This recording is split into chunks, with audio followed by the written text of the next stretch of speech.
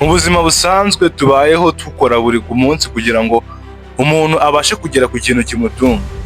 Hari benshi bakora ibintu bibatunga bikabatunga uwo munsi,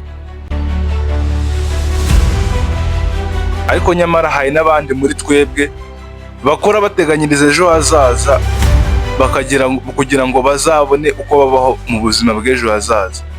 Aha ngaha niho tugenda dusanga abantu tukabita ngo ni abakire kubera yuko babashije guteganyiriza ejo habo hazaza, bikabaha impamvu yo gukomeza kubaho nta kibazo cy'ubuzima, nta kibazo cy'imibereho bafite. Aha tugiye kugaruka ku ngingo esheshatu zikunda kugonga cyane cyane abakene, zikababuza kuzamuka kugira ngo bagere ku iterambere, bamenye uburyo bazigamira ejo hazaza kugira ngo batazahura n'ikibazo cy'imibereho.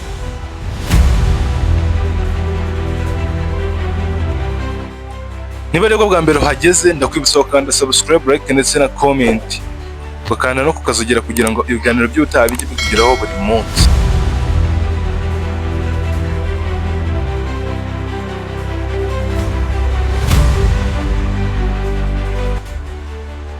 Hari ibintu byinshi abakene bakora abakire badakora bitewe n'ubuzima cyangwa uburyo bwo gutekereza butandukanye hagati y'izi nzego uko ari ebyiri.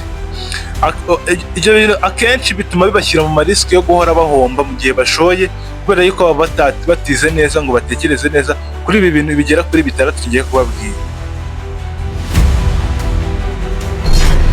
Ikintu cya mbere, kwibanda ku by'ubu aho gutegura ejo hazaza. Akenshi abakene baba bahuze cyane n'ibibazo by'ubuzima bwa buri munsi, nko kubona icyo kurya, kwishyura inzu n'ibindi, ku buryo gutegura ejo hazaza bidahabwa umwanya cyangwa igihe gihagije, bityo bigatuma bahora muri bya bibazo bya buri munsi, ndarya ne ndabaho ne. Mu gihe abakire bo bagira icyerekezo cyo kureba kure, bakavuga ati ejo tuzabaho dute, nyuma y'imyaka 5 nzaba mbayeho ne, bakibanda ku gushora imari izababyarira inyungu mu gihe kirekire, aho kugira ngo bibande ku by'ako kanya ngo bafokasinge ngo uyu munsi mbayeho ne, ahubwo baba baravuga ngo ejo hazaza nzabaho ne, bagafokasinga mu myaka iri imbere uko bazaba bameze. Aha ndabaha impamvu y'abakene, impamvu baguma hano hasi.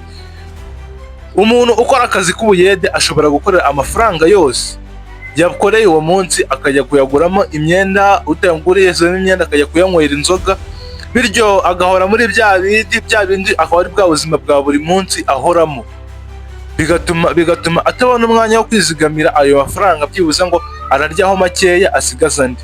Mu gihe umukire we ayo mafaranga iyo ayabonye arayabika, yamara kuba menshi akayashora mu kintu runaka, nko kugura amatungo,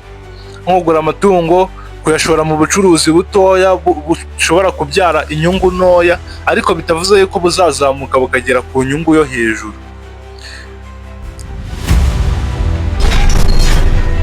Impamvu ya kabiri, gutinya gufata ibyemezo bigaragara by'ingufu. Abakene rimwe na rimwe batinya gukora ibyemezo byaba bifite ingaruka zigaragara nko gucuruza cyangwa gushora mu mishinga, kubera gutinya guhomba. Bakavuga ngo aya mafaranga nimba tuyabonye ejo dushobora kuyashora hariya ariyo twari tubonye tugahomba, nyamara ntibatekereze yuko bashobora no kunguka. Igihombo akaba aricyo kibaganza cyane, kibabuza gukomeza kwizigama. Mu gihe abakire bo bagerageza gufata icyemezo batitaye ngo bazahomba, kugira ngo bibateze imbere, nubwo hari igihe baba bazi yuko bashobora guhomba. Aha ndabaha urugero. Umuntu ukora akazi k'amafaranga make ashobora gutinya gufata inguzanyo yo gutangira ubucuruzi, atinya kuzahomba kuko azi yuko atazigera abona uburyo yishyura ayo mafaranga mu gihe runaka. Naho mu gihe umuntu ukize ashobora gukoresha ayo mafaranga cyangwa gufata inguzanyo ikomeye, agashora mu mushinga ugaragara nk'ufite ibyago ariko wunguka cyane mu gihe kirekire. Abakene kenshi bareba hafi ku buryo ashobora guhita avuga ngo njyewe uriya mushinga niwo mbona wakunguka vuba, mu gihe umukire we aravuga ati uyu mushinga ntabwo uri bwunguke vuba, ariko mu gihe runaka uzunguka, mu gihe kirekire runaka uzabona inyungu. Bityo niyo mpamvu abakene batinya gushora, banashora bagashora nabi bagahomba vuba. Ingingo ya gatatu, gukunda ibintu bigabanya amafaranga. Akenshi abakene bashora amafaranga mu bintu bitabyara inyungu nk'ibigezweho, imyenda ihenze n'ibindi. Naho abakire bo bihutira gushora mu bintu bibabyarira inyungu, kugura imitungo, gushyira amafaranga mu bikorwa by'ingufu cyangwa kwiga ubumenyi bushya. Nk'urugero, nko mu gihe agiye ashaka nko gutangira nka business, akavuga ngo reka mbanze mfate aya mafaranga nyashore mu buryo mbanze nkore training, nige iyi business izunguka ite, izabyara iyihe nyungu. Urugero hano rufatika, umuntu wari umukene, iyo abashije kubona amafaranga, afata ya mafaranga akayagura imodoka ihenze cyane cyane itarimo gukenerwa mu bintu bibyara inyungu. Mu gihe abakire bo, niba abonye ayo mafaranga, ashobora kugura akamodoka gaciriritse bakayashora mu mitungo y'amazu akodeshwa cyangwa ubucuruzi butuma amafaranga yiyongera.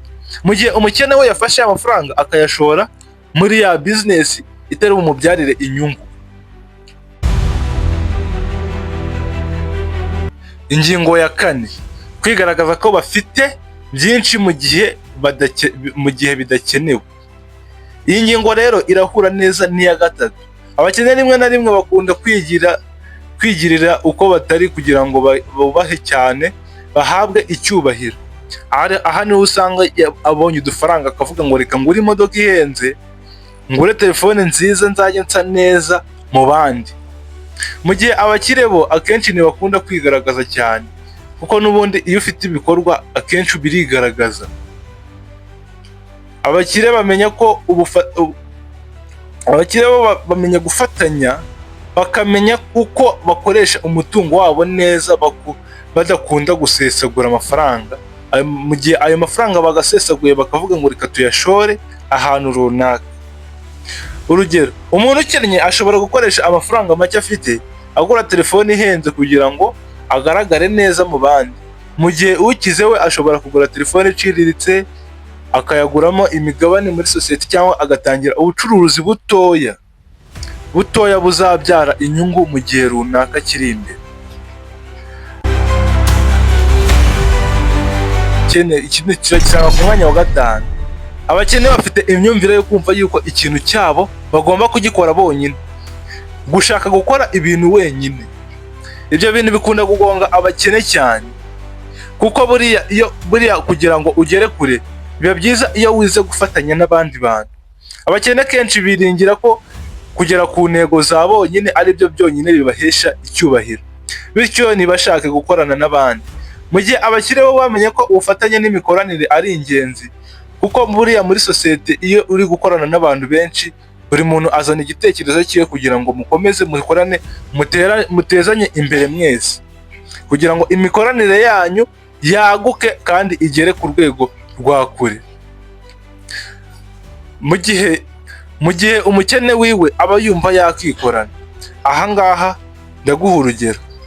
Umucuruzi muto ushaka gukora wenyine ashobora guhangana no kuba isoko rimurenze, akabona nyine iryo soko ntabwo ashoboye kurihaza, akabona yuko isoko riri hejuru kuko nta bubasha afite bwo kurihaza. Mu gihe ukize we ashobora gushaka abamufasha cyangwa abafatanyabikorwa bafite ubumenyi butandukanye kugira ngo ubucuruzi bwe bukure vuba vuba.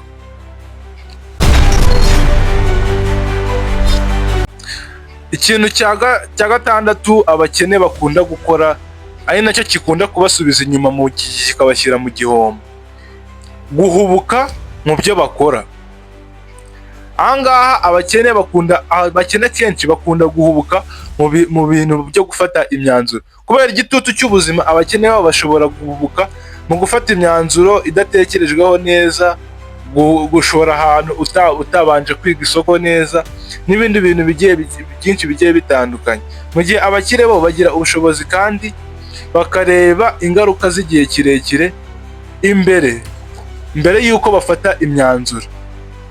Aha ndaguha urugero: umuntu ushaka guhanga akazi ashobora kwihutira gutangira umushinga atariga isoko cyangwa atazi uko uzunguka, bikamuviramo guhomba. Mu gihe ukize we ashobora kubanza gukora ubushakashatsi bwimbitse mu isoko no gushaka inama z'abahanga. mbere yo gutangira umushinga we akamenya ati hano hantu ntago nzahomba, hano hantu nzunguka,